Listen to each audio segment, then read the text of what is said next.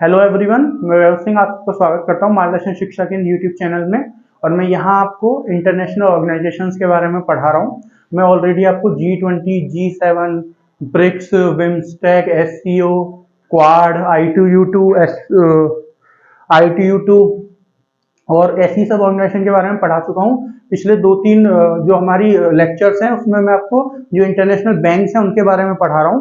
तो मैं बैंक्स में आपको ADB, Asian development bank, AIIB, Asian infrastructure investment bank, और कल मैंने आपको अफ्रीकन डेवलपमेंट बैंक के बारे में पढ़ाया था।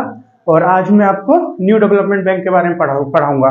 तो जो लेक्चर्स मैं ऑलरेडी करा चुका हूँ, जिस ऑर्गेनाइजेशन के बारे में ऑलरेडी पढ़ा चुका हूँ, आप इन सब के बारे में जाके देख सकते हैं, उनके बारे में जाके समझ सकते हैं। मार्गदर्शन शिक्षा के यूट्यूब चैनल पे आपको प्लेलिस्ट मिल जाएगी, वर्ल्ड ऑर्गेनाइजेशन के नाम पे आपको सारी मेरी वीडियोस वहां पे मिल जाएंगी। ठीक है, तो आज हम शुरू करते हैं न्यू डेवलपमेंट बैंक।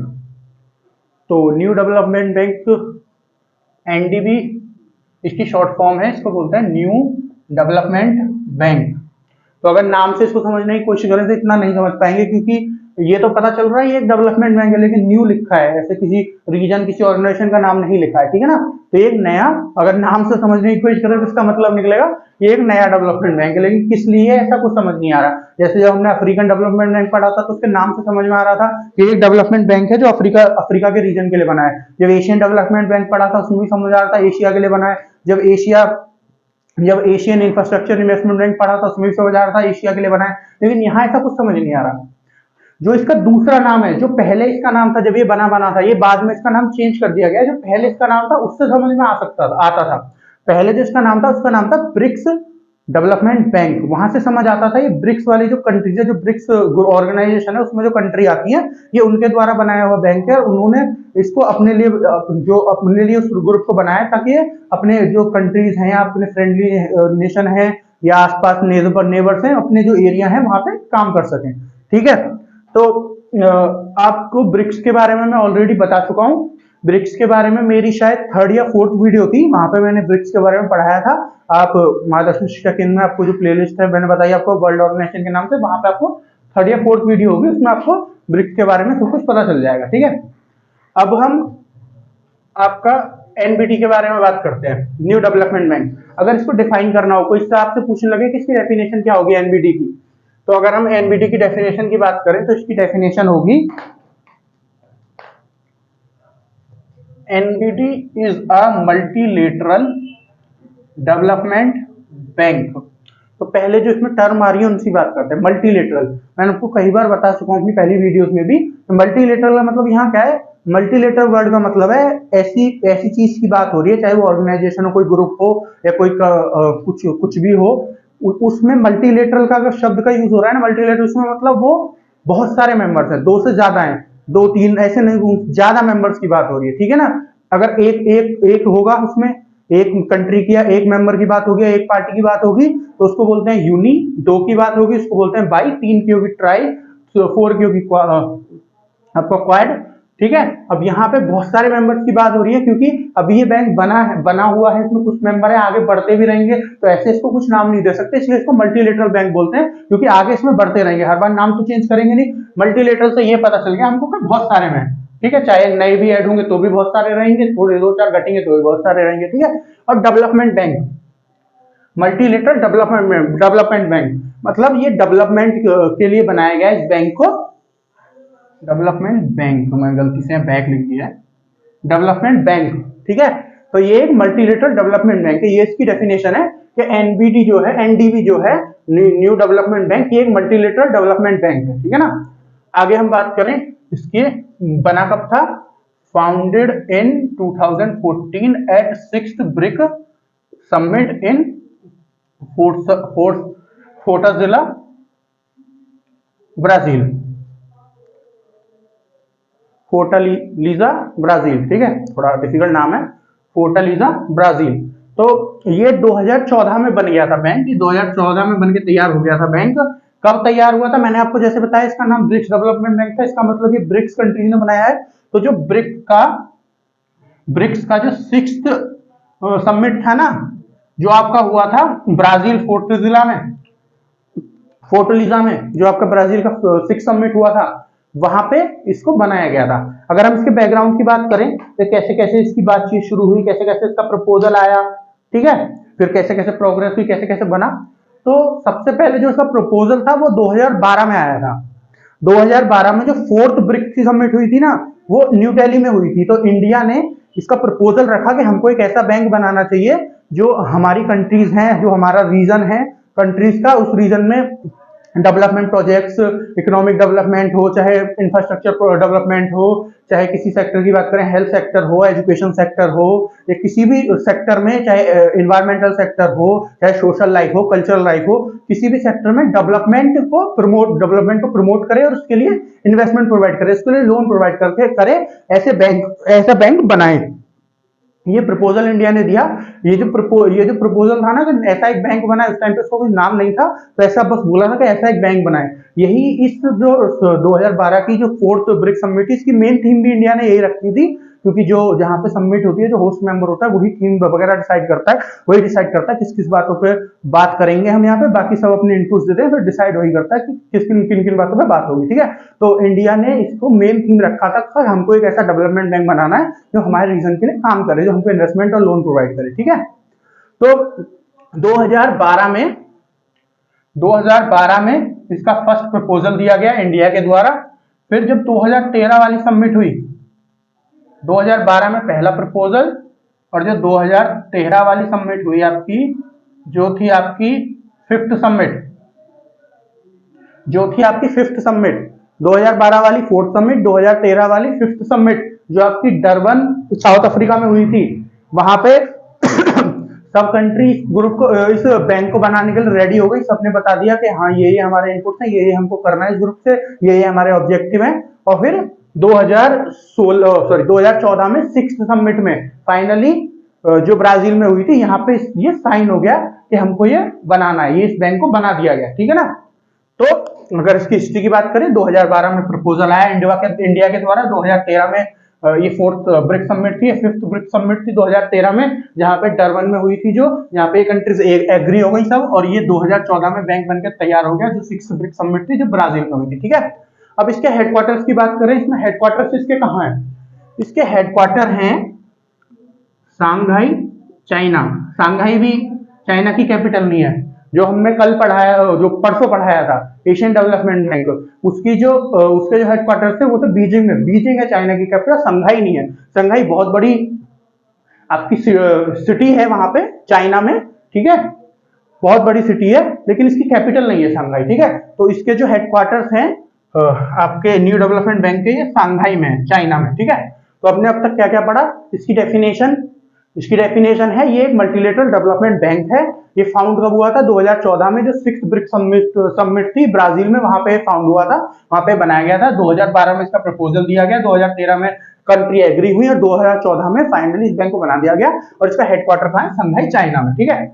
अब हम इसके मेंबर्स की बात कर लेते हैं, इसमें मेंबर कौन कौन है बैंक में, ठीक है, क्योंकि ज्यादा पुराना ये है नहीं, 2014 में बना है, अभी 8 साल हुए, 8-9 साल बैंक को बने हुए, 7-8 साल। तो इसके मेंबर्स के बारे में बात कर लेते हैं। तो जैसे कि मैंने आपको बताया, ये ब्रिक्स कंट्री के द्वारा बनाया हुआ बैंक है, ठीक है। तो जो ब्रिक्स मेंबर है वो तो इसके मेंबर होंगे ही होंगे, क्योंकि उन्होंने बनाया है साथ मिलकर, ठीक है।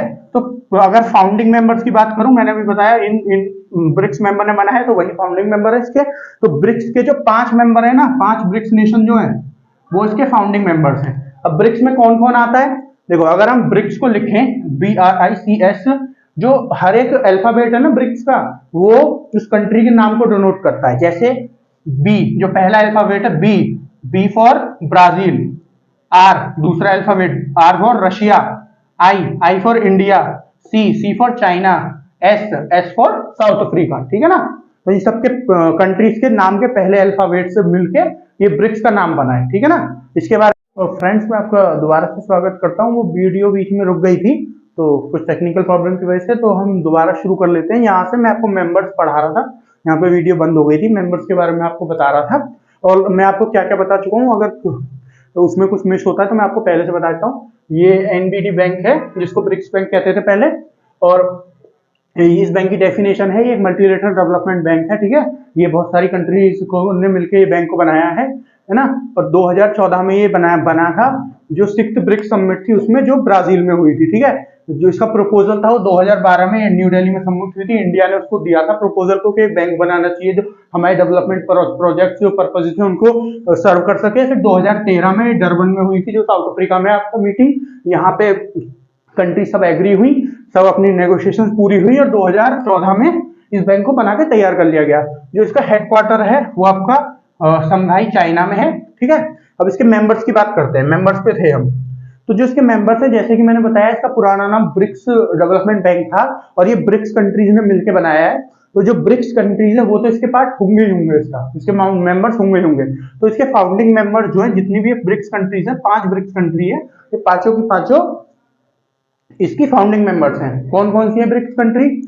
नाम को देखें अगर हम, जो ब्रिक्स लिखा हुआ है, तो जो बी है, B for Brazil, R for Russia, I for India, C for China and S for South Africa. तो जो ब्रिक्स है, ये जो नाम है ना ब्रिक्स, ये ऑर्गेनाइजेशन का जो नाम है, इसी से सारी कंट्रीज के नाम बन जाते हैं जो इस ब्रिक्स ग्रुप के मेंबर है। जो कंट्रीज के नाम के पहले अल्फाबेट्स हैं उन सबको मिला के इसका नाम बनाया गया ब्रिक्स, ठीक है।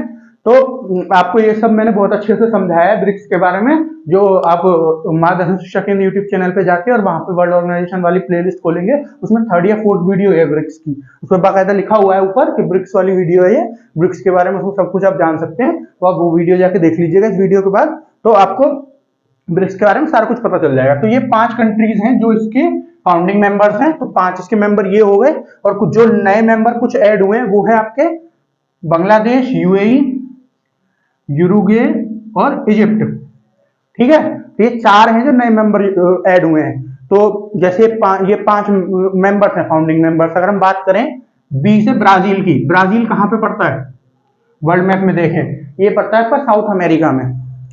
सेकेंड रशिया, रशिया कहां पे पड़ता है? आधा रशिया पड़ता है एशिया में और आधा रशिया आता है आपका यूरोप में। अगर हम रशिया का मैप बना लें, कहां जगह है यहां पे, अगर हम रशिया का जैसे मैप बना लें, ये रशिया का मैप मान लीजिए ना, तो यहाँ पे ये जो एरिया है, यहाँ पे यूरल माउंटेन करके एक माउंटेन रेंज है, ठीक है। तो जो इस माउंटेन रेंज से ईस्ट वाला इलाका है, मतलब जो ये वाला इलाका है, ये आपका एशिया में आता है, और जो यूरल रेंज से ये वेस्ट वाला इलाका है, ये आपका आता है यूरोप में, रशिया का, ठीक है। तो रशिया 2 कॉन्टिनेंट में आता है आपके में, यूरोप और एशिया। फिर है आपका इंडिया, इंडिया कहाँ आता है? एशिया में। फिर है चाइना, चाइना का कहाँ आता है? एशिया में। फिर है साउथ अफ्रीका, साउथ अफ्रीका कहाँ आता है? आपका अफ्रीका कॉन्टिनेंट में। तो अगर इस ब्रिक्स को आप देखें तो ये पूरी दुनिया में फैला हुआ है पूरा, ठीक है। बस नॉर्थ अमेरिका वाला वो नहीं है इसमें कोई मेंबर, वरना सब कॉन्टिनेंट से इसमें मेंबर है इस ग्रुप में, ठीक है। और अगर जो न्यू मेंबर है उनकी बात करें, वो कहाँ कहाँ है? बांग्लादेश एशिया में, आपका बांग्लादेश की लोकेशन सबको पता होगी। यूएई, ये भी आपका एशिया में आता है। एशिया में जो वेस्ट एशिया वाला इलाका है वहां पे आता है आपका यूरुग्वे, ये आपका आता है साउथ अमेरिका में, ठीक है। और इजिप्ट ये आपका आता है अफ्रीका में, ठीक है। अफ्रीका में जो ऊपर वाला इलाका है बिल्कुल नॉर्थ में, जो मेडिटेरियन सी से लगा हुआ है और जहां से स्विस कैनाल होकर निकलती है, वो सब इजिप्ट के अंदर ही आता है एरिया, ठीक है। स्विस कैनाल जो है वो इजिप्ट के द्वारा ही ऑपरेट की जाती है, ठीक है। तो ये इसके 9 मेंबर्स हो गए, 5 ये और 4 ये, ठीक है। अगर अब इसकी मेंबरशिप की बात करें, कौन इसकी मेंबरशिप ले सकता है, तो कोई भी इसकी मेंबरशिप के लिए अप्लाई कर सकता है, सबके लिए खुली हुई है। जो यूएन का मेंबर है, यूएन मतलब यूनाइटेड नेशन, जो यूनाइटेड नेशन ऑर्गेनाइजेशन है उसके जो भी मेंबर है ना, वो सब इसके लिए अप्लाई कर सकते हैं, ठीक है। सबके लिए जगह खुली है, जिसको बनना है वो अप्लाई करे और उसका मेंबर बन सकता है। अगर हम बात करें यूएन यूनाइटेड नेशन ऑर्गेनाइजेशन में टोटल कितने मेंबर है, फिलहाल इसमें 193 मेंबर है, ठीक है।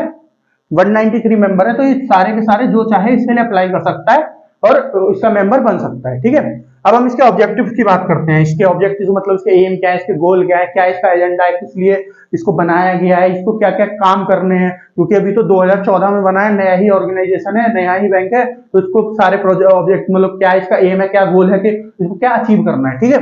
तो इसके ऑब्जेक्टिव्स की बात करें, पहला ऑब्जेक्टिव है इसका बैंक सपोर्ट, बैंक मतलब ये न्यू डेवलपमेंट बैंक की बात हो रही है, बैंक सपोर्ट पब्लिक और private project through loan, guarantee, equity participation and other financial institutions, ठीक है। तो अब हम एक एक वर्ड को इसमें समझते हैं, फिर पूरा सेंटेंस हमारी समझ में आ जाएगा। तो बैंक सपोर्ट, इससे तो आप समझ ही गए होंगे, बैंक सपोर्ट करता है पब्लिक और प्राइवेट प्रोजेक्ट्स को। पब्लिक और प्राइवेट प्रोजेक्ट्स क्या होते हैं, मैंने आपकी जो अफ्रीकन डेवलपमेंट बैंक वाली वीडियो बनाई थी उसमें भी समझाया था पब्लिक और प्राइवेट जो प्लेयर्स होते हैं वो कौन होते हैं, पब्लिक और प्राइवेट जो पब्लिक और प्राइवेट प्लेयर्स के जो प्रोजेक्ट होते हैं वो क्या होते हैं, और मैंने उससे पहले जो एशियन डेवलपमेंट बैंक के बारे में पढ़ा था उसमें भी बताया था आपको। तो जो पब्लिक होती है, पब्लिक का मतलब पब्लिक प्रोजेक्ट्स वो वाले प्रोजेक्ट्स होते हैं जो फंडेड बाय गवर्नमेंट होते हैं, जिनको गवर्नमेंट सपोर्ट करती है, ठीक है। जो गवर्नमेंट के प्रोजेक्ट्स होते हैं उनको पब्लिक प्रोजेक्ट्स कहते हैं। और प्राइवेट प्रोजेक्ट्स ऐसे प्रोजेक्ट जिसको कोई इंडिविजुअल कंट्री नहीं, जिसको कोई इंडिविजुअल कंपनी बना रही है प्रोजेक्ट, तो जिसको कोई इंडिविजुअल कंपनी वो कर रही है, सपोर्ट कर रही है, ऐसा प्रोजेक्ट उसको प्राइवेट प्रोजेक्ट कहते हैं, ठीक है। चाहे प्रोजेक्ट प्राइवेट हो या पब्लिक हो, ऐसे प्रोजेक्ट को ये बैंक सपोर्ट करता है। कैसे सपोर्ट करेगा, थ्रू मतलब कैसे सपोर्ट करेगा, इसको लोन देके, इसकी गारंटी लेके। अब ये जो गारंटी शब्द है ना, ये इससे पहले आपने किसी भी बैंक के उसमें नहीं सुना होगा ऑब्जेक्टिव्स में, यहां पे है गारंटी शब्द। तो जो गारंटी वर्ड है यहाँ पे इसका क्या मतलब है, किस चीज की गारंटी लेगा ये बैंक। जैसे मान लीजिए कोई ऑर्गेनाइजेशन है या कोई कंट्री है या कोई कंपनी है, कोई प्राइवेट प्लेयर है, उसको कोई प्रोजेक्ट बनाना है, ठीक है। वो किसी बैंक के पास गया, किसी इंटरनेशनल बैंक के पास कि हमको ऐसे ऐसे ये प्रोजेक्ट बनाना है, ये हमारे लिए इसके फायदे हैं, ये लोगों को फायदे होंगे जो इस एरिया में रहते हैं, ये एनवायरमेंट को फायदे नुकसान जो भी कुछ है सब कुछ उसने प्रोजेक्ट के बारे में बताया, है ना। फिर डिमांड किया कि मुझे इतना लोन चाहिए, ठीक है। जो बैंक है उसके इस प्रोजेक्ट से सेटिस्फाई नहीं हुआ और उसने उसका लोन जो है वो रिजेक्ट कर दिया, ठीक है।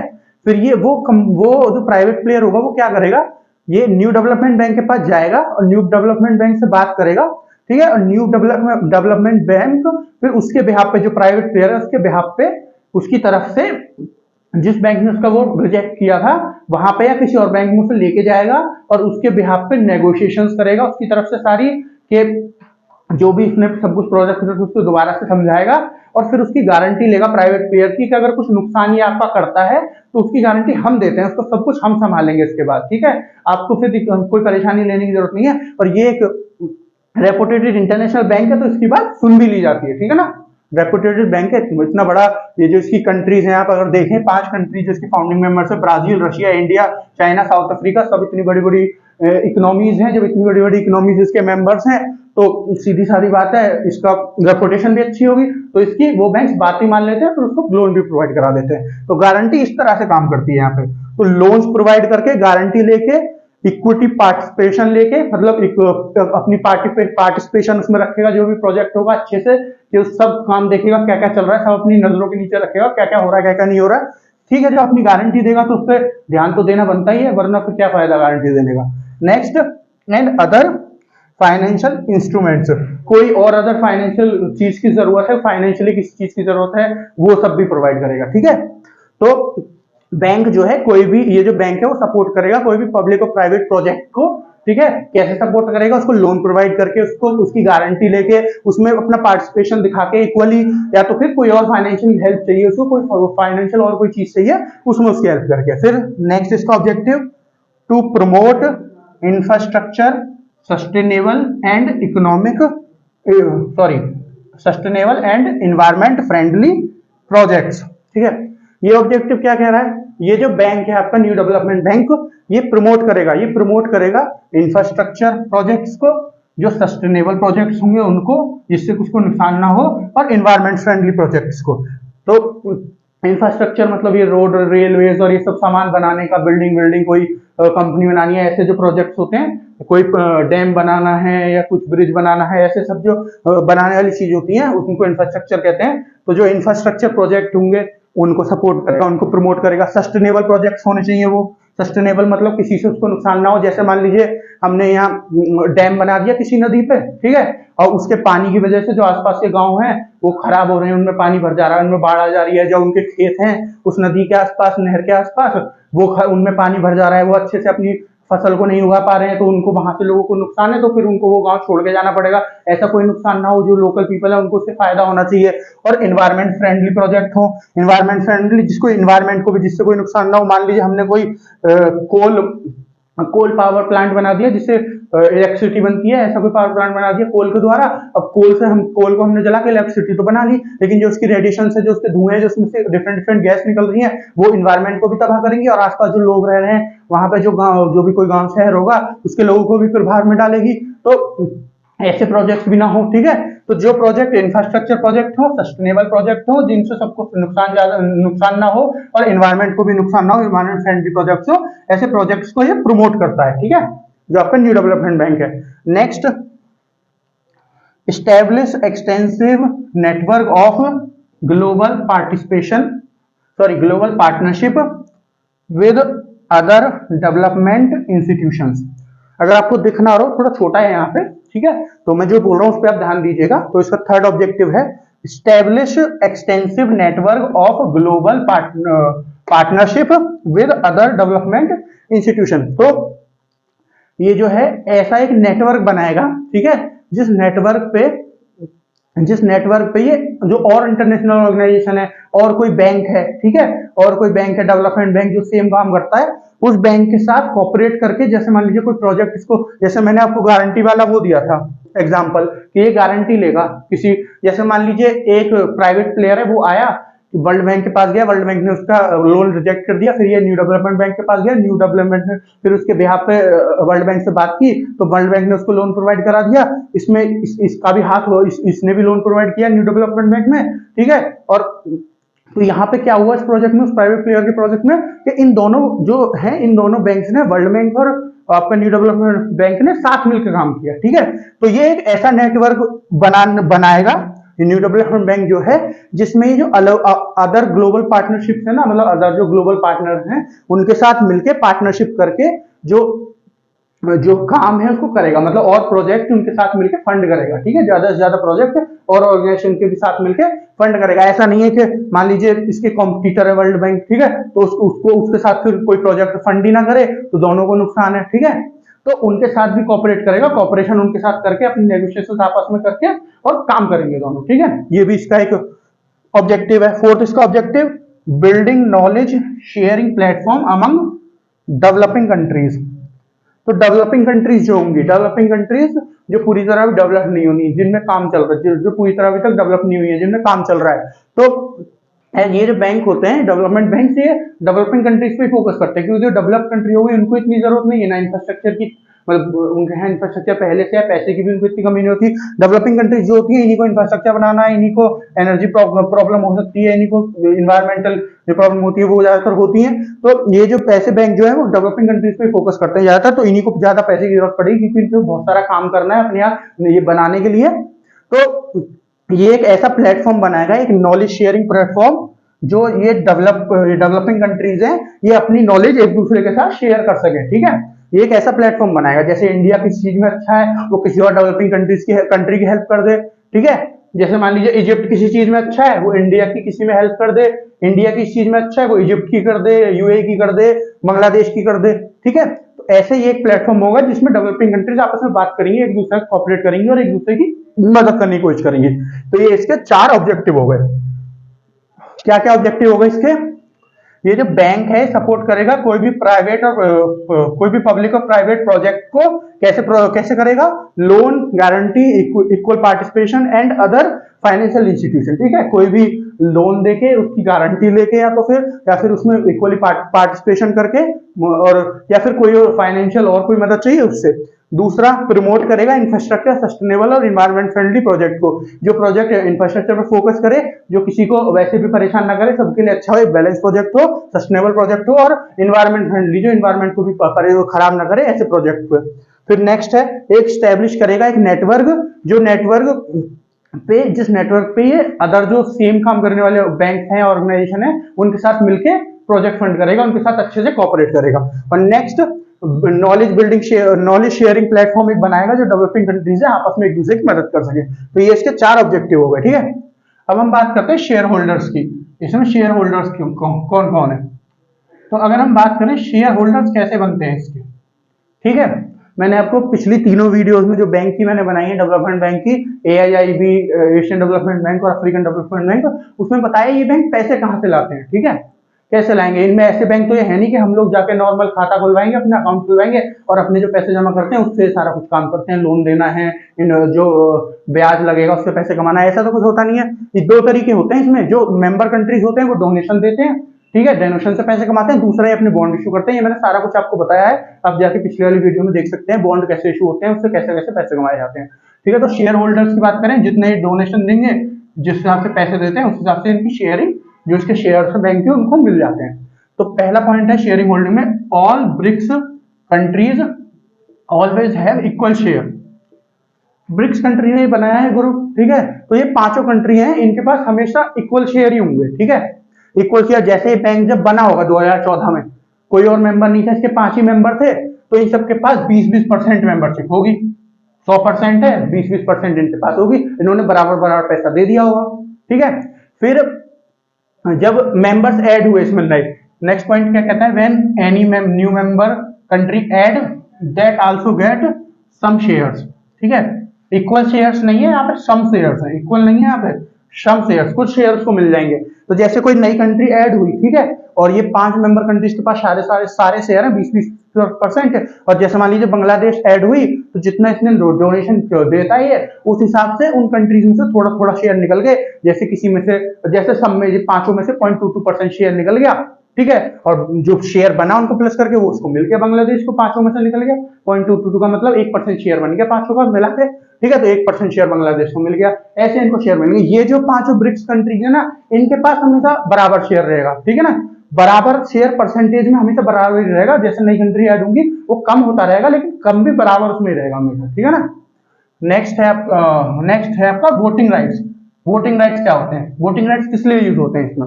वोटिंग राइट्स का मतलब होता है, मैं आपको पहले भी समझाया है, वोटिंग राइट का मतलब होता है कि जैसे मान लीजिए यहाँ पे कोई ऑर्गेनाइजेशन आई, कोई कंट्री आई, कोई डेवलपमेंट कंट्री आई कि हमको एक प्रोजेक्ट बनाना है, या कोई प्राइवेट प्लेयर आया कि हमको एक प्रोजेक्ट बनाना है, तो वो सब कुछ अपने प्रोजेक्ट के बारे में बताएगा। फिर जितनी मेंबर कंट्रीज है ना, वो सब आपस में डिस्कस करके डिसाइड करेंगे कि प्रोजेक्ट हमारे लिए प्रॉफिटेबल है भी कि नहीं है। मान लीजिए हमने उसको लोन दे दिया और कल को कुछ हुआ नहीं, उसमें हमको कोई फायदा नहीं हुआ, फायदा हुआ जब भी तो कुछ काम करेंगे ताकि और कंट्रीज की हेल्प करें, जब फायदा हुआ तो और प्रोजेक्ट्स की हेल्प करें।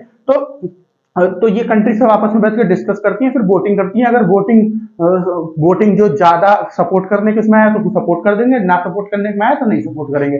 तो वोटिंग पावर जो है इसमें वो होती है decide according to their shares. जो शेयर है मेंबर्स के पास, उन जितने जिसके शेयर जितने ज्यादा उतना उसका वोटिंग राइट। तो अगर हम बात करें ब्रिक्स कंट्री के पास हमेशा शेयर जो है वो ज्यादा रहेंगे, तो हमेशा उनके इक्वल वोटिंग राइट होंगे, क्योंकि इक्वल शेयर है, इक्वल वोटिंग राइट, हमेशा ज्यादा शेयर होंगे, ज्यादा वोटिंग राइट होंगे, है ना। और किसी भी कंट्री के पास वीटो पावर नहीं होगी, वीटो पावर, ठीक है।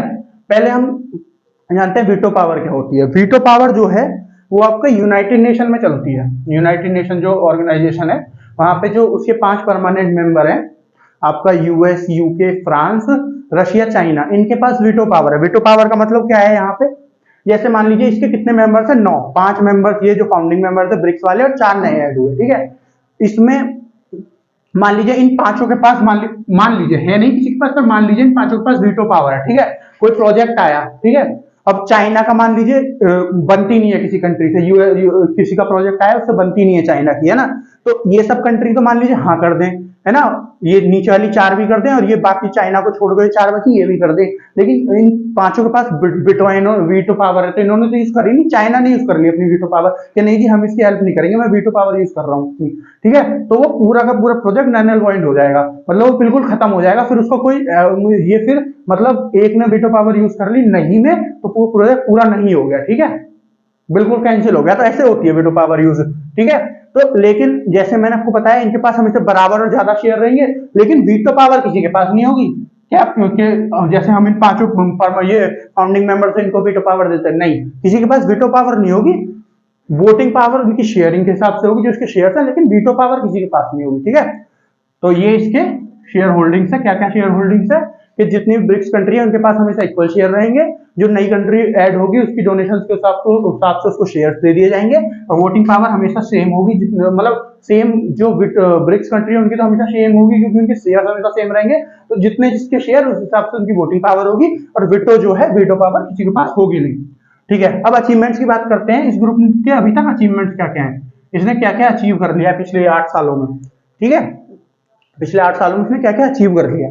तो पहली अचीवमेंट इसकी क्या है, इसकी इनोवेशन, जो इसने नई नई इनोवेशन करी है, ठीक है, अब जो कंट्रीज है उनसे काम करने के लिए, जो डेवलपिंग कंट्रीज है उनके काम करने के लिए, जो मेंबर कंट्रीज है उनके काम करने के लिए। पहली है focus on local currencies. Local currency क्या होती है, किसी कंट्री की जो करेंसी होती है, जैसे इंडिया की करेंसी क्या है, रुपी, ठीक है, रशिया की करेंसी क्या है, रूबल, ऐसे ये होती हैं लोकल करेंसीज, ठीक है। तो जो है, जो लोकल करेंसीज हैं, ये उसमें डील करने के लिए ये इनकी इनोवेशन है, इसकी ये जो ग्रुप है, ये जो आपका बैंक है न्यू डेवलपमेंट बैंक, ये लोकल करेंसी में भी लोन देने के लिए तैयार है। जैसे इंडिया को लोन चाहिए रुपी में, तो ये इंडिया रुपी में लोन ले सकता है, फिर वो वाला झंझट, उससे कुछ नुकसान नहीं होगा। जैसे यूएस डॉलर में इंडिया ने लोन ले लिया तो फिर वो वाला नुकसान हो सकता है कि यूएस डॉलर की और जो रुपी की है इनके उसमें फर्क है बहुत ज्यादा, ठीक है। एक यूएस डॉलर का मतलब 82 या 83 में चल रहा है रुपी, ठीक है। तो ये जो नुकसान झेलेगा रुपी, जो इंडिया, वो झेलने से बच जाएगा। तो ये लोकल करेंसीज में ये कंट्री, जो ये जो डेवलपमेंट बैंक है, ये काम करता है, लोकल करेंसीज में भी डील कर रहा है ये, ठीक है। तो इन सब कंट्री को फायदा है, अपनी लोकल करेंसी में पैसे ले सकते हैं, फिर एक्सचेंज करने के जो वो प्रोसेस हैं, और जो प्रोसेस से बचेंगे ये लोग, और जो ये ऊपर नीचे डॉलर के साथ जो इनकी करेंसीज की एक्सचेंज रेट है उनसे ही बचेंगे। दूसरा इनोवेशन क्या है इसका, पहला इनोवेशन हो गया। दूसरा innovation, accepts parameters with environmental and social standard design by borrowers. जैसे मान लीजिए कोई आया, कोई प्रोजेक्ट लेके आई कोई कंपनी या कोई प्राइवेट कंपनी, ठीक है, और उसने बताया कि देखिए ये हमारे पैरामीटर्स है, हमको इन ये इन्वायरमेंटल कंडीशन चाहिए, ये सोशल कंडीशन चाहिए, हम ऐसे काम कर रहे हैं, ये इन्वायरमेंट को ऐसे परेशान नहीं कर रही, हम इसको ऐसे बचाएंगे, सोशल लाइफ को ऐसे बचाएंगे। तो ये जो बैंक है ना, न्यू डेवलपमेंट बैंक, ये उसके प्रोजेक्ट को जैसे बोरोवर लेके आया है, उसने बताया है, अगर उससे सेटिस्फाई हो गए तो अपना बिना कुछ फालतू का इनपुट देके, अपनी बात जबरदस्ती डाल के जो है उसको रिजेक्ट करने की कोशिश, या अपनी बात जबरदस्ती, जैसे हम लोन दे रहे हैं तो हम अपनी चलाएंगे, ऐसा ना कुछ करके, जो बैंक जो वो लेके आया है ना, जिस पैरामीटर्स के साथ लेके आया है, जिसको पैसे चाहिए, बोरोवर जो है, जो जिसको पैसे चाहिए, वो जिस कंडीशंस के साथ लेके आया है, उस कंडीशन से अगर ये सेटिस्फाई हो गए तो उसको लोन ये ऐसे प्रोवाइड कर देंगे, अपनी जबरदस्ती की कंडीशंस में कोई नहीं डालेंगे। तो ये इसकी दो इनोवेशंस है। दूसरी इसकी achievement, partnership with other developing और डेवलपमेंट बैंक्स। मैंने आपको बताया यहाँ इसका एक ऑब्जेक्टिव भी है ये, कि ऐसा नेटवर्क स्टैब्लिश करना कि जो अदर डेवलपमेंट इंस्टीट्यूशन है उनके साथ एक टेबल पे बैठ के उस नेटवर्क में से कोऑपरेट करके और काम कर सके। तो ये वही है कि ये जो है बहुत सारे प्रोजेक्ट ऐसे भी हैं जो इस बैंक ने, न्यू डेवलपमेंट बैंक ने वर्ल्ड बैंक के साथ मिलके फंड किए हैं, AIIB के साथ मिलकर फंड किए हैं। AIIB मतलब एशियन इंफ्रास्ट्रक्चर इन्वेस्टमेंट बैंक, उसके साथ मिलकर किए हैं, ADB के साथ भी किए हैं, एशियन डेवलपमेंट बैंक। तो ये इसकी अचीवमेंट है कि ये इन सब के साथ मिलकर भी काम कर लेता है बहुत अच्छे से, ठीक है। नेक्स्ट है इसकी high credit rating. High credit rating, अभी क्रेडिट रेटिंग क्या होता है? क्रेडिट रेटिंग होता है, जैसे मान लीजिए रेटिंग क्या होती है, जैसे मान लीजिए हम Amazon से कुछ खरीदने गए, तो जैसे हमने कुछ प्रोडक्ट देखा तो सबसे पहले हम क्या देखते हैं, इसकी रेटिंग देखते हैं, जो लोगों ने दे रखी होगी। रेटिंग अच्छी है तो हम ले लेते हैं, मतलब अच्छा प्रोडक्ट होगा। रेटिंग अच्छी नहीं है तो प्रोडक्ट अच्छा नहीं होगा। यहाँ क्रेडिट रेटिंग का क्या मतलब है, ये रेटिंग दी जाती है कुछ कंपनीज के द्वारा। कुछ कंपनीज होती हैं, जैसे एग्जांपल दूं मैं आपको, मूडीज नाम से एक कंपनी है और स्टैंडर्ड एंड पुअर्स नाम से एक कंपनी है, ठीक है। ऐसी कंपनीज हैं जो इनको रेटिंग देती हैं। रेटिंग में क्या बताती हैं, जिस हिसाब से रेटिंग देती है ना, उस हिसाब से क्या होता है। जैसे मान लीजिए किसी ने इनमें इन्वेस्टमेंट, किसी ने इसके न्यू डेवलपमेंट के बॉन्ड खरीदे, ठीक है, और ऐसा ही कमजोर सा बैंक होता है ये, ठीक है। तो ऐसा भी हो सकता है कल को ये बंद हो जाए, कल कोई उसके पैसे वापस ना कर पाए, जैसे 10 साल बाद उसको बॉन्ड के पैसे वापस करने थे वो ना कर पाए, ठीक है। तो ये जो क्रेडिट रेटिंग है, इससे बैंक की क्रेडिटिबिलिटी पता चलती है। ये लोग क्रेडिटिबिलिटी बताते हैं बैंक की, कि ऐसा नहीं है ये बैंक कल को डूब जाएगा, ठीक है। तो ये क्रेडिटिबिलिटी जो रेटिंग देते हैं, वो जो रेटिंग होती है उसके हिसाब से क्रेडिटिबिलिटी बताते हैं, इस बैंक की इतनी क्रेडिटिबिलिटी है, कल को नहीं डूबने वाला है। वैसे भी अगर हम बात करें इसके मेंबर को देख के, ये 5 इतने स्ट्रॉन्ग मेंबर से, इतनी स्ट्रॉन्ग इकोनॉमी, तो वैसे भी बैंक को नहीं डूबने देंगी। पर इसी हिसाब से जो है अलग अलग चीजें देख के, जो बैंक ने पीछे किया है, आगे करेगा या प्रेजेंटली कर रहा है, उस सबको देख के ये क्रेडिट रेटिंग एजेंसी जो है, एजेंसी वो देती है इसको रेटिंग। इसको फिलहाल रेटिंग क्या मिली हुई है, AA+, ठीक है। ये मैक्सिमम सबसे हाईएस्ट रेटिंग नहीं है, सबसे हाईएस्ट रेटिंग है आपकी AAA, ठीक है, जो मैंने आपको जब वो वीडियो पढ़ाई उसके बारे में पढ़ाया था AIIB के बारे में, उसको AIIB को AAA की रेटिंग मिली हुई थी। ठीक है, इसको AAA की नहीं मिली हुई, जो फर्स्ट है जो मैक्सिमम रेटिंग है AAA वाली, उससे नीचे वाली मिली हुई है। उससे नीचे वाली क्या है, AA+। ठीक है, इसको ये रेटिंग मिली हुई है। तो ये एक पीछे है, वन शॉट है मैक्सिमम से। ठीक है, अब नेक्स्ट इसके एक और अचीवमेंट जानते हैं, इमिशन ऑफ वेरियस बॉन्ड्स। मैंने आपको बताया बॉन्ड्स क्या होता है, बॉन्ड इशू करते हैं, फिर जो नेक्स्ट मेंबर होगा उसको अगर इसके बॉन्ड खरीदने, वो बैंक बॉन्ड खरीद के ऐसे कि मैं जैसे न्यू डेवलपमेंट बैंक ने एक बॉन्ड इशू किया कि हमारे ये कुछ बैंक बॉन्ड्स हैं जो इतने रुपए के हैं और इतने % ब्याज पे हम आपके इतने साल में पैसे वापस कर देंगे, तो वो ले लेगा। जैसे मान लीजिए ये हमारे 10 बॉन्ड हैं, 1 बिलियन के हैं, 2% के इंटरेस्ट रेट पे, हम आपको इनको 10 साल बाद वापस कर देंगे, जो आप हमारे बॉन्ड खरीद के पैसे दोगे हमें, तो उससे पैसे ले लिए, 10 साल बाद 2% के ब्याज के हिसाब से उसको सारे पैसे वापस कर दिए उस आदमी को। तो ये जो है बैंक बॉन्ड, अलग अलग प्रकार के वेरियस बॉन्ड, अलग अलग प्रकार के बॉन्ड्स इशू करने में भी बहुत अच्छे से काम कर रहा है। जैसे कि इसने ग्रीन बॉन्ड भी इशू करे, ग्रीन बॉन्ड स्पेलिंग गलत हो गई, green bond GREEN, green bond. जो ग्रीन बॉन्ड्स है वो कैसे बॉन्ड्स होते हैं, वो बॉन्ड्स होते हैं ऐसे प्रोजेक्ट्स के लिए, ऐसे बॉन्ड्स होते हैं जो इन्वायरमेंट पे फोकस नहीं करते हैं, प्राइमरली जो इन्वायरमेंट है उसी पे फोकस करते हैं। इन्वायरमेंट, हरियाली, ये सब जो इन्वायरमेंट पूरा होता है, आपका नेचर, उस पर फोकस करते हैं, वो होते हैं उसके उन प्रोजेक्ट्स के लिए जो पैसे चाहिए। जैसे कोई इन्वायरमेंट प्रोजेक्ट आया, उसके लिए इस बैंक को पैसे चाहिए, ठीक है, तो उसमें वो ग्रीन बॉन्ड वो कर देगा, इश्यू कर देगा ग्रीन बॉन्ड, क्योंकि वो इन्वायरमेंटल प्रोजेक्ट है, पैसे ले लेगा उस पर और उसको जो प्रोजेक्ट है उसको वो कर देगा, फंड कर देगा। तो उसने ग्रीन बॉन्ड जो है वो 2016 में इशू किए थे और उससे पैसे लिए थे। ठीक है, तो इससे पता चल रहा है ज्यादा से ज्यादा तरह के बॉन्ड इशू करके ज्यादा से ज्यादा पैसे ले पा रहा है और प्रोजेक्ट्स को फंड कर पा रहा है। जैसे ये अभी तक 42 प्रोजेक्ट्स को फंड कर चुका है। ठीक है, जिसकी टोटल वर्थ है, मतलब कितने पैसे का प्रोजेक्ट है वो 42, ये 42 प्रोजेक्ट कितने पैसे के हैं, $12 बिलियन। डॉलर ये US डॉलर की बात हो रही है, बहुत बड़ी अमाउंट है, $12 बिलियन। वहीं पे अगर हम AIIB की बात करें, ठीक है, उसने अभी तक कुल $8 बिलियन के प्रोजेक्ट फंड किए हैं। कितना फर्क है आप देख सकते हो, $4 बिलियन का फर्क है। भले ही इसकी रेटिंग ज्यादा है AIIB की, मैंने आपको बताया रेटिंग उसकी ज्यादा है, उसकी मैक्सिमम रेटिंग है, इसकी मैक्सिमम से एक नीचे है न्यू डेवलपमेंट की, लेकिन ज्यादा बॉन्ड, ज्यादा पैसे के प्रोजेक्ट और ज्यादा प्रोजेक्ट किसने फंड किए हैं, न्यू डेवलपमेंट बैंक ने। ठीक है, इसका नेक्स्ट वो देखते हैं अचीवमेंट, इसने 2018 में ऑब्जर्वर स्टेटस हासिल कर लिया था यूनाइटेड नेशन का ऑब्जर्वर स्टेटस ने हासिल कर लिया था। ऑब्जर्वर स्टेटस मतलब इसको आजादी है कि जो भी यूनाइटेड नेशन की, चाहे यूनाइटेड नेशन जनरल असेंबली की मीटिंग हो रही है, ह्यूमन राइट काउंसिल की मीटिंग हो रही है, जो भी बॉडीज है यूनाइटेड नेशन की, उनकी जो भी मीटिंग्स हो रही है, उसमें जाके एज ऑब्जर्वर बैठ सकता है और देख सकता है कि वहां पे क्या क्या इनपुट्स हो रहे हैं, अपने इनपुट्स दे सकता है, उनके इनपुट्स ले सकता है, उनको कैसे कैसे काम करना है, ये सब देख सकता है, सब कंट्री क्या क्या बोल रही है वो देख सकता है। ठीक है, तो इस चीज के लिए इसको ऑब्जर्वर स्टेटस मिल चुका है 2018 में।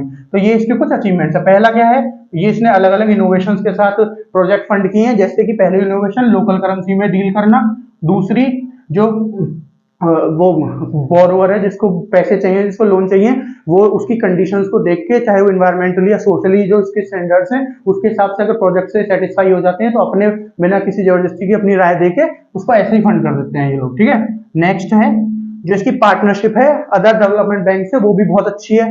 तीसरा है इसकी हाई क्रेडिट रेटिंग है, AA+ है। ठीक है, मैक्सिमम नहीं है, मैक्सिमम से एक नीचे है।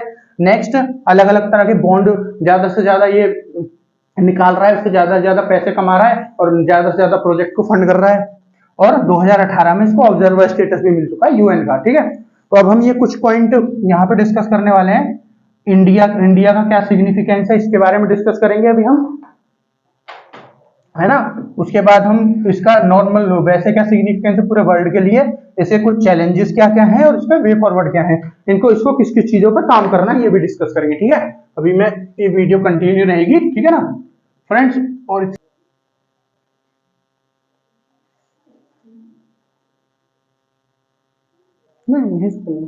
वीडियो आधी है ना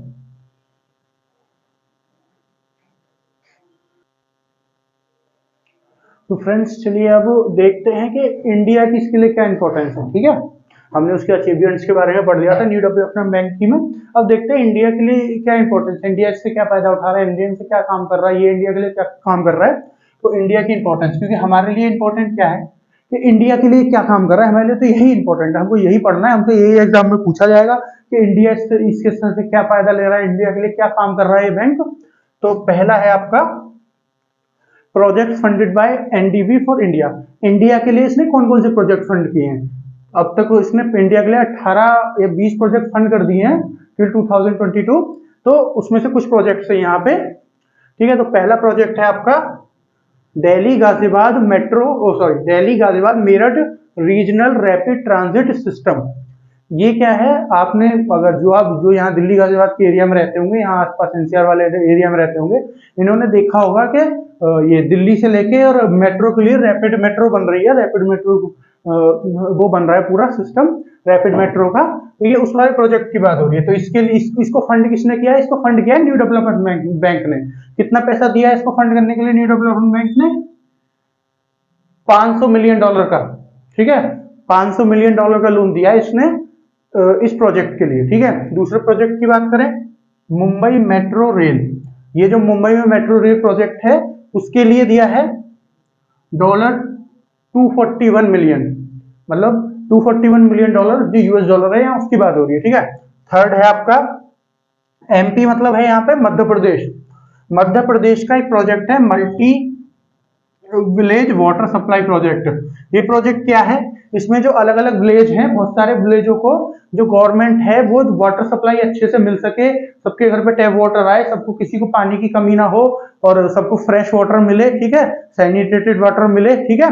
तो इसलिए इस प्रोजेक्ट को गवर्नमेंट ने स्टार्ट किया है, ठीक है। इसके लिए कितना लोन मिला है इंडिया को, $470 मिलियन। नेक्स्ट कोविड-19 इमरजेंसी प्रोग्राम। ये जो है ये प्रोजेक्ट किस लिए है, ये कोविड-19 में जो इंडिया की इकोनॉमी ने डिप किया है, जो इकोनॉमी गिरी है इंडिया की, उसको दोबारा से डेवलप करने के लिए, जल्दी से रैपिड ग्रोथ दिखाएगा उसमें, उसके लिए इस लोन की जरूरत पड़ी है। उसके लिए जो काम किए हैं, और दूसरा है अपने हेल्थ सेक्टर को, अपने हेल्थ सेक्टर पे काम करने के लिए, और भी जो भी सेक्टर्स हैं उन पे काम करके अपनी इकोनॉमी को बढ़ाने के लिए इस प्रोजेक्ट को लाया है गवर्नमेंट ऑफ इंडिया के द्वारा। उसके लिए $1 बिलियन का लोन एनबीडी ने दिया है, नेशनल डेवलपमेंट बैंक ने, ठीक है। तो ये कुछ प्रोजेक्ट्स हैं जो एनबीडी ने इंडिया के लिए फंड किए हैं। कौन सा है, Delhi Ghaziabad metro regional rapid transit system, ठीक है। सेकंड है मुंबई मेट्रो रेल, थर्ड है Madhya Pradesh multi village water supply project, fourth है कोविड-19 इमरजेंसी प्रोग्राम। तो ये ऐसे कुछ प्रोजेक्ट हैं जो इसने फंड किए हैं एनडीबी ने इंडिया के लिए।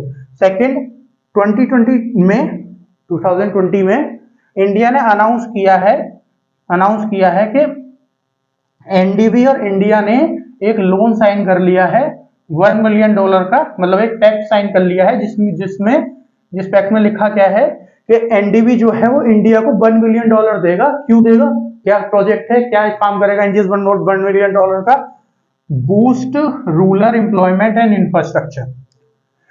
तो रूरल मतलब होता है गांव वाला, ठीक है, ग्रामीण, है ना। अगर यहाँ पे अर्बन लिखा होता तो शहरी, और रूरल मतलब ग्रामीण, ठीक है। तो जो ग्रामीण वाले इलाके हैं वहां पे एम्प्लॉयमेंट हो ज्यादा से ज्यादा, लोगों को नौकरी मिल सके और इंफ्रास्ट्रक्चर वहां अच्छा हो सके।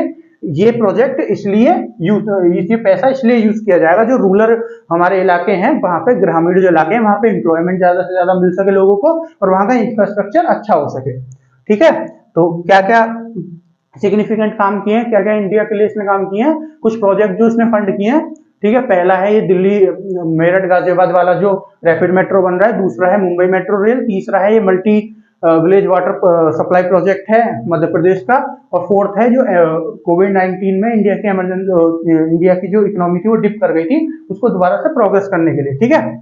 और सेकंड है 2020 में इंडिया ने अनाउंस किया था कि इसने एक पैक्ट साइन कर लिया है एनडीबी के साथ, जिसमें वो $1 बिलियन इंडिया को देगा। किस लिए देगा, जो इंडिया का रूरल एरिया है वहां पे एम्प्लॉयमेंट और इंफ्रास्ट्रक्चर को बूस्ट करने के लिए, वो अच्छे से काम बढ़ सके, बहुत तेजी से चल सके, ठीक है। अब इसके सिग्निफिकेंस जान लेते हैं, क्या इसने किया, क्या क्या इसकी इंपॉर्टेंस है न्यू डेवलपमेंट बैंक की। पहला है focus on environment and social sustainability.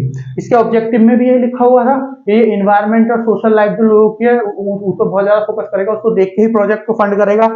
ठीक है, जो इन्वायरमेंट के लिए अच्छा हो, लोगों के आसपास के लोगों के लिए अच्छा हो, ऐसी प्रोजेक्ट्स को ही फंड करेगा। ठीक है, तो ये है, ये जो यहाँ पे क्या लिखा है, क्या सिग्निफिकेंस है इसकी, क्या अच्छाई है इसकी, कि ये जो इन्वायरमेंट फ्रेंडली प्रोजेक्ट होते हैं और जो सोशल लाइफ लोगों की जो उसको अफेक्ट नहीं करते, इस तरह के सस्टेनेबिलिटी को जो मेंटेन करते हैं प्रोजेक्ट, ऐसे प्रोजेक्ट पे फोकस करता है। ठीक है, और सेकंड है not specific for any geographical reason.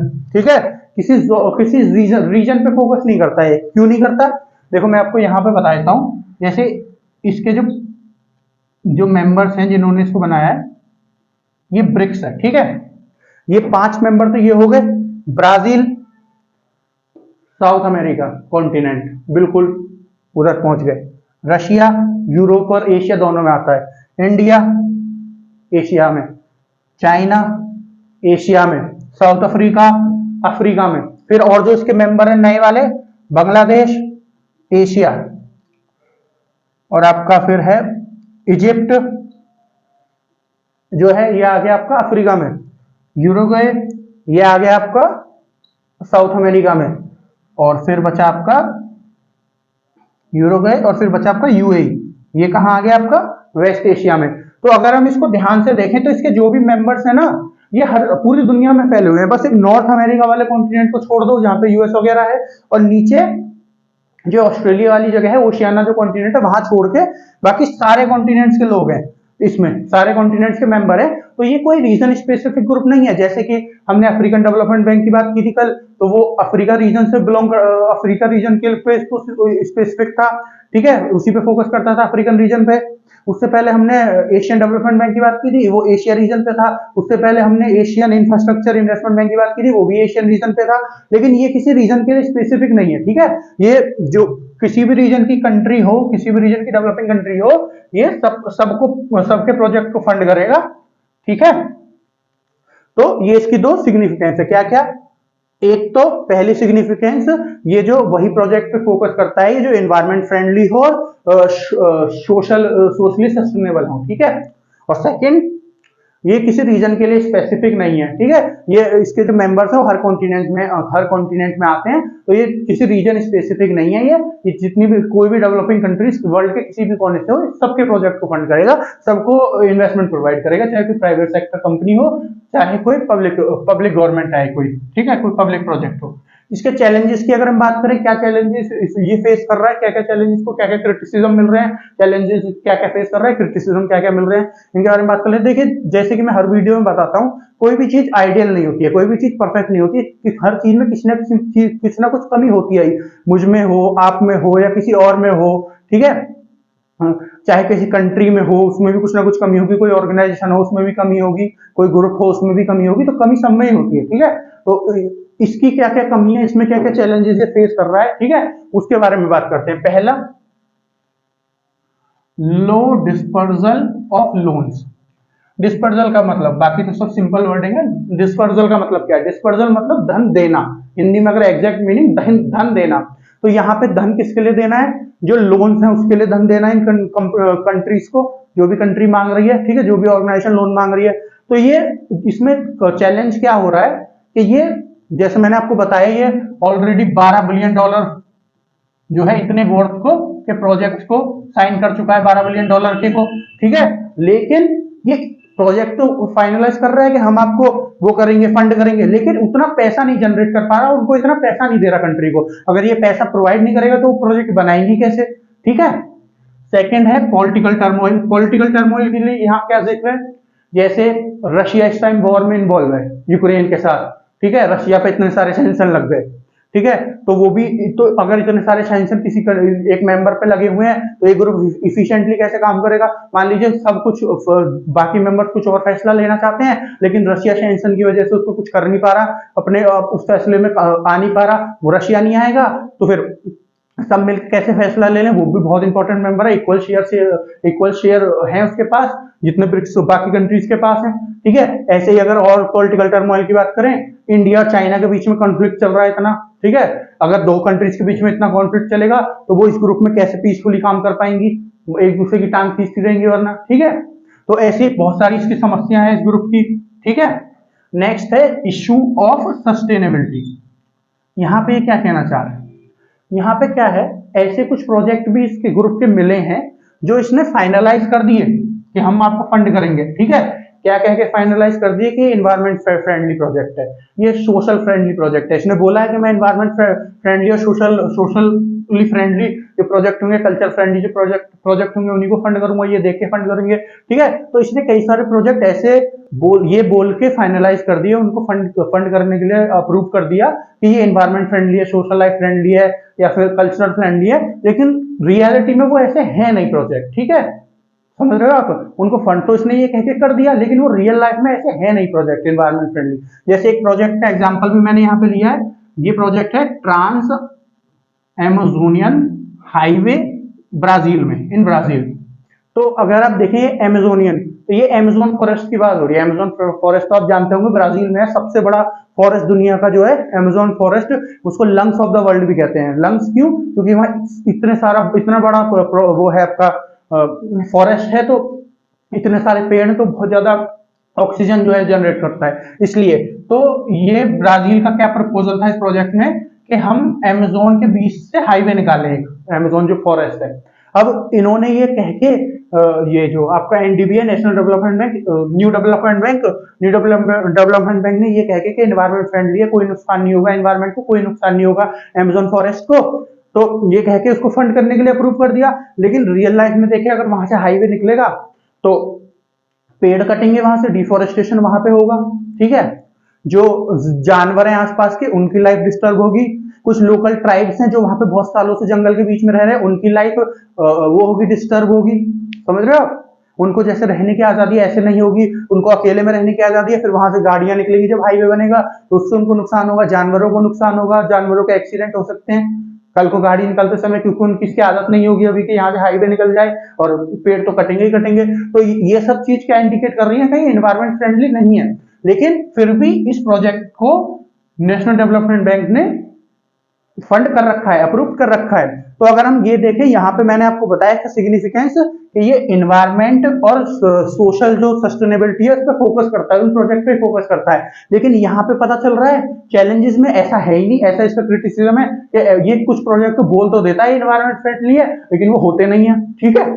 तो यहाँ जो है, यहाँ क्या कहना चाह रहा है ये पॉइंट, कि ऐसा ये बोलता है, इसने अपने ऑब्जेक्टिव में लिख रखा है, लेकिन ये उसको फॉलो कर नहीं रहा है, ठीक है। समझ रहे हो? तो ये इसका एक वे फॉरवर्ड हो सकता है कि उसको फॉलो करने चाहिए सब जो भी इसके ऑब्जेक्टिव है, ठीक है। तो ये इसके 3 चैलेंजेस है। क्या क्या चैलेंज और क्रिटिसिज्म है इसके? कि लो डिस्पर्सल ऑफ लोन्स है, मतलब ये पैसा जितना ये अप्रूव कर रहा है ना प्रोजेक्ट को, जितने पैसों के लिए, उतना ये प्रोवाइड नहीं कर पा रहा पैसा, ठीक है।